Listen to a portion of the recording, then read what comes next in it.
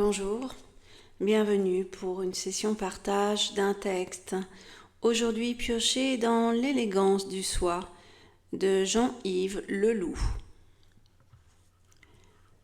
L'humilité. L'humilité est aux vertus ce que la chaîne est au chapelet. Enlevez la chaîne et tous les grains s'échappent.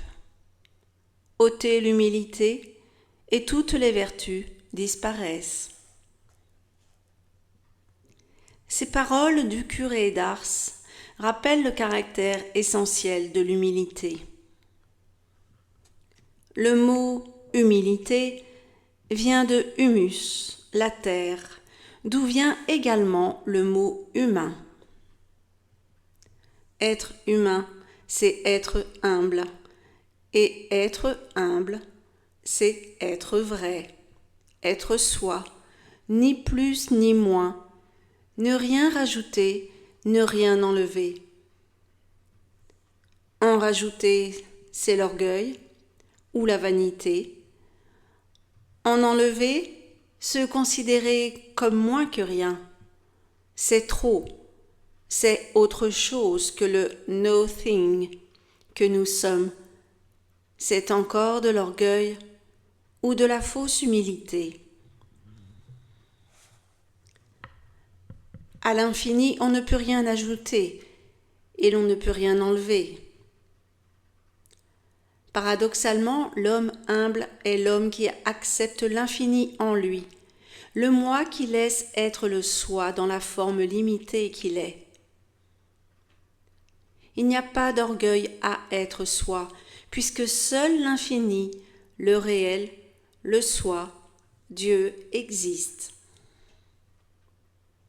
Il ne s'agit pas de se prendre pour Dieu, mais laisser Dieu être Dieu en soi, c'est-à-dire laisser être l'amour qui fait être tout ce qui vit et respire. De même que ce n'est pas le corps qui crée la vie. La vie précède et déborde le corps. La vie est donnée au corps. Ce n'est pas le cerveau qui produit la conscience. La conscience précède et déborde le cerveau. La conscience est donnée au cerveau. Il s'agit de reconnaître ces données. L'être, la vie, la conscience, l'amour, la liberté comme donation. Donation gratuite de l'être qui est pure grâce, du réel en retrait, et au cœur de tous ces dons, le soi, l'infini qu'on peut appeler Dieu ou d'un autre nom. Si tu savais le don de Dieu, disait Yeshua la Samaritaine. Si tu savais que tout est grâce, ta vie serait louange, gratitude, contemplation sans cesse renouvelée par tout ce qui est donné à ton intelligence, cerveau, à ta sensibilité, corps, à ton désir, cœur. Si tu savais reconnaître en toi la vie qui se donne, si tu participais à son autodonation, tu serais un corps anobli, un être élégant. Nous sommes nés pour connaître l'élégance du soi, pour connaître notre noblesse et pour vivre noblement. La noblesse, l'aristocratie, du grec aristos, le meilleur, n'est pas une question de naissance, de richesse, de pouvoir ou de savoir. C'est une question d'élégance. Nous sommes nés pour vivre et pour mourir élégamment, c'est-à-dire pour vivre et pour mourir légèrement. Et cette légèreté est le contraire de la mondanité ou de la superficialité. C'est l'insoutenable légèreté de l'être. Le temps que nous passons en contemplation ou en adoration ne relève pas seulement de la religion, de l'intelligence, de la dévotion ou de la vertu, mais de la justice.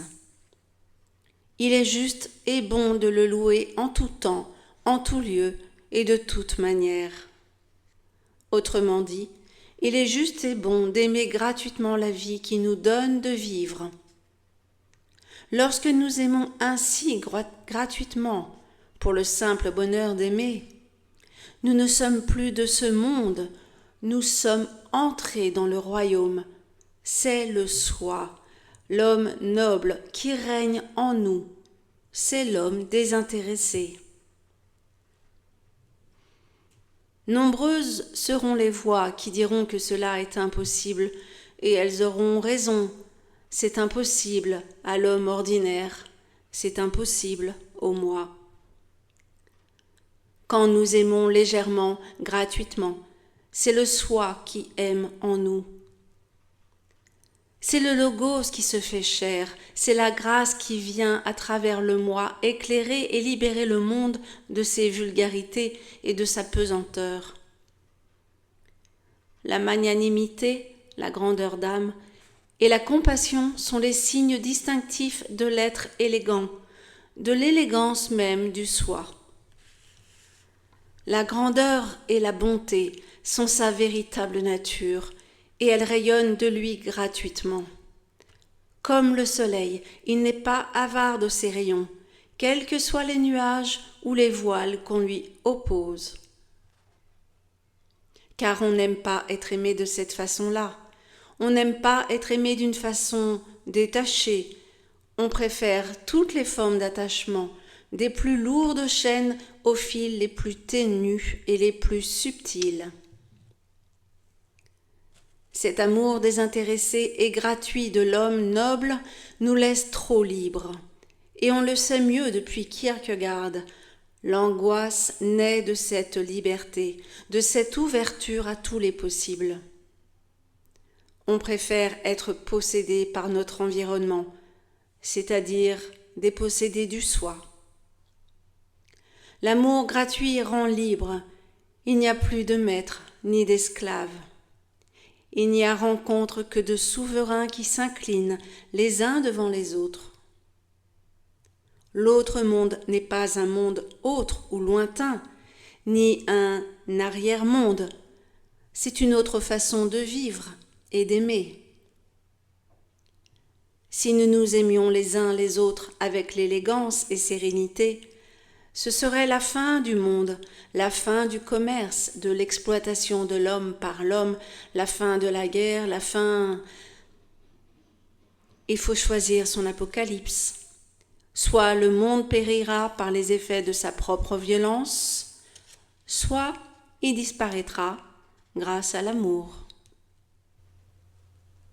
Et bien voilà pour ce texte magnifique.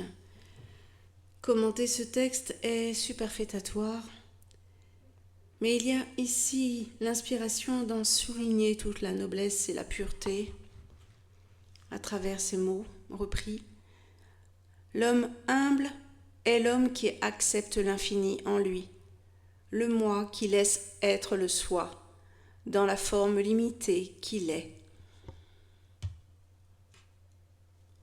Cet être de chair qui s'efface devant la présence qui l'abrite, en toute humilité, effectivement. C'est la façon dont l'homme peut se présenter au monde noblement, tel que le dit Jean-Yves Leloup. Délaisser la prééminence corporelle pour laisser advenir l'éminence de ce qui est, de toute éternité. Lui céder la place, car ce corps n'est qu'une façon que la vie exploite pour s'étendre, se répandre, s'expanser. Reconnaître la place de l'intelligence première, l'intelligence une, indivisible, préexistante à toute forme de vie. Voilà la meilleure façon pour l'homme, d'entrer avec puissance, détermination, mais aussi noblesse, dans son rôle de serviteur, de la puissance de vie qui le traverse. C'est en fait en devenant petit qu'il prend sa véritable place, qu'il devient aussi grand que le Créateur. Merci de votre écoute. Merci de votre attention. À très bientôt sur le canal La Voix du Soi.